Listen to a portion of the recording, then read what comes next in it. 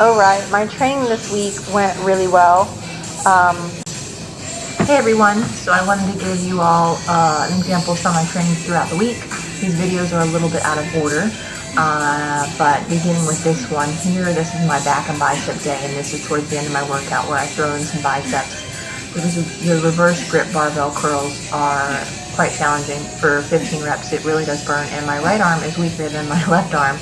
So my right arm, you can see I'm really struggling there. This is my last set.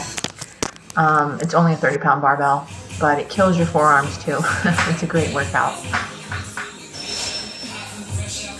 I also picked up my heart rate monitor finally. I have a Polar FT7. It's a neat little watch. I'm really liking it. It's showing me my entire workout and my fitness and my fat burning zones. So throughout my workout this week, I did throw in little movements to see if I could spike my heart rate and get a little more of a calorie burn going. I think this will be very useful as it gets closer to contests and I actually start doing high intensity interval training and my cardio in general. When I start really incorporating that, I will know my recovery time. I will know, where my heart rate's at, and how hard I can push myself, and I'll have that to work against, essentially, competing against myself each time. So that'll be fun to do. I did get some awesome feedback about my deadlifts, my sumo deadlifts. I didn't even realize that my form had gotten bad on the previous video I had posted, and I wasn't dropping low enough prior to coming up. So I focused on getting parallel, taking the tension off the bar, and driving through the heels this week. I feel like I got more of an effective glute and, more of an effective leg and glute recruitment, and I wasn't just pulling with my upper body. So that was pretty neat, and I also will definitely take criticism. I appreciate it, honestly. Sometimes we don't even realize what we're doing, because I've been a pro at deadlifts before, I swear. I've been awesome at it before, but I got pretty crappy there, I guess, in that previous video. The purple leggings, everything that you'll see with purple leggings, I'm focusing on my quads, and I also do calves on that day. So purple legging day is all about me thinking about the quads working and squeezing and the front of the thigh. Obviously other muscles are worked as well, but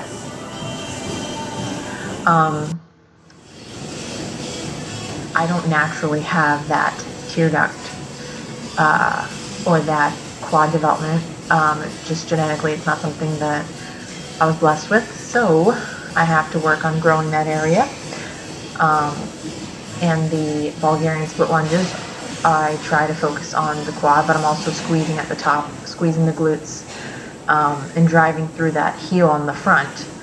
The elevated leg behind me could actually be lower. That might help my form a little bit more. That leg just the rear leg needs to drop down, straight down towards the floor. And I need to be focusing on that front leg and working that front leg and not pushing off the box that's behind me. I have to do 15 reps of these as well, which really is challenging. It burns quite a bit, and it's my least favorite exercise I have ever done, and that I still do. It isn't easy, but if it were easy, then everybody would be doing it, and everybody would look phenomenal, right? That's what I keep telling myself. So sometimes I have to take a second and regroup, give myself a pep talk, and bust out those last few reps. I'm using 65 pounds total on my back for this particular exercise. It can be done with kettlebells and dumbbells.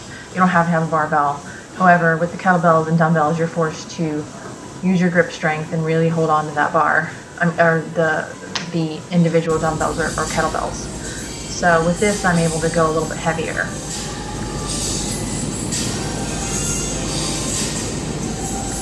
My dumbbell squats, focusing on the quad.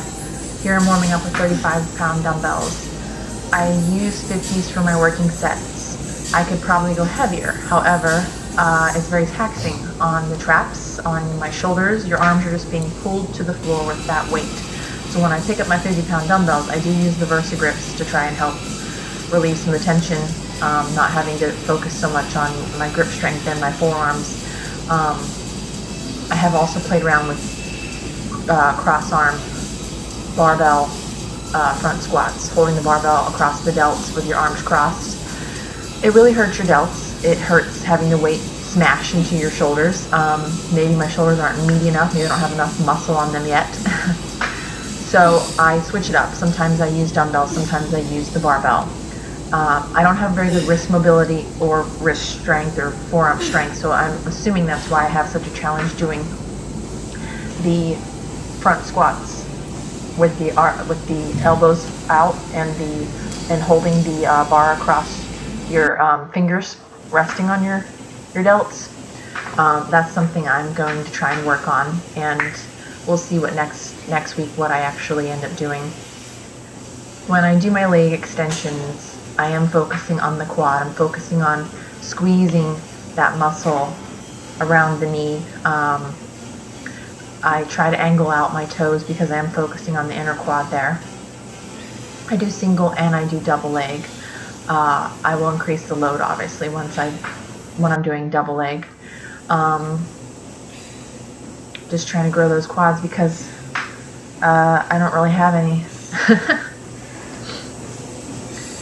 This week's training was pretty good. I felt pretty confident about it. I feel like I'm getting stronger as my nutrition has been increasing and I've been increasing my macros, and I haven't been on point 100% with my nutrition. I have allowed myself splurges, I've allowed myself cheats as people may call them, I've allowed myself overeating altogether. But being able to bust out 190 on my sumo deads was a great accomplishment, so I need to pat myself on the back for that. I'm assuming the extra food helped.